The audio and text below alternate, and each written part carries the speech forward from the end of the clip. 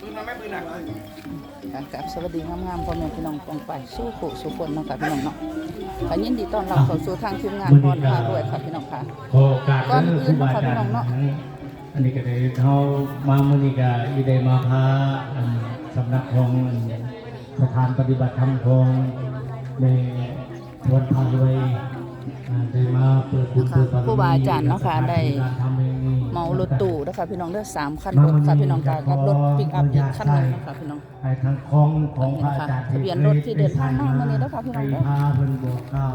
เราเทวดาได้ถวายเป็นกองบุญเพราะว่าในพรพารวยเพิ่นตั้งกองบุญขึ้นกองนึง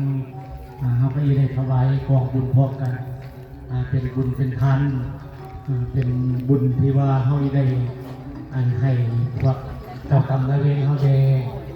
ที่เป็นติดต่อยไม่ตามเข้ามานั่นเท่ากับพวกนี่ที่สำคัญที่สุดเลยคือเจ้ากรรมนายเวรนี่แหละที่เพิ่นมาขัดความเฮาอยู่ก็มีก็เฮาให้เพิ่นให้มีส่วนบุญนี้นำเพราะว่ามื้อนี้ในพรเพิ่นได้ตั้งกองบุญขึ้นพร้อมเอาหลังจากความพร้อมเฮาพร้อมแล้วก็ได้ดำเนินการทางไปพิธีกรรมต่อไปในมอบให้แก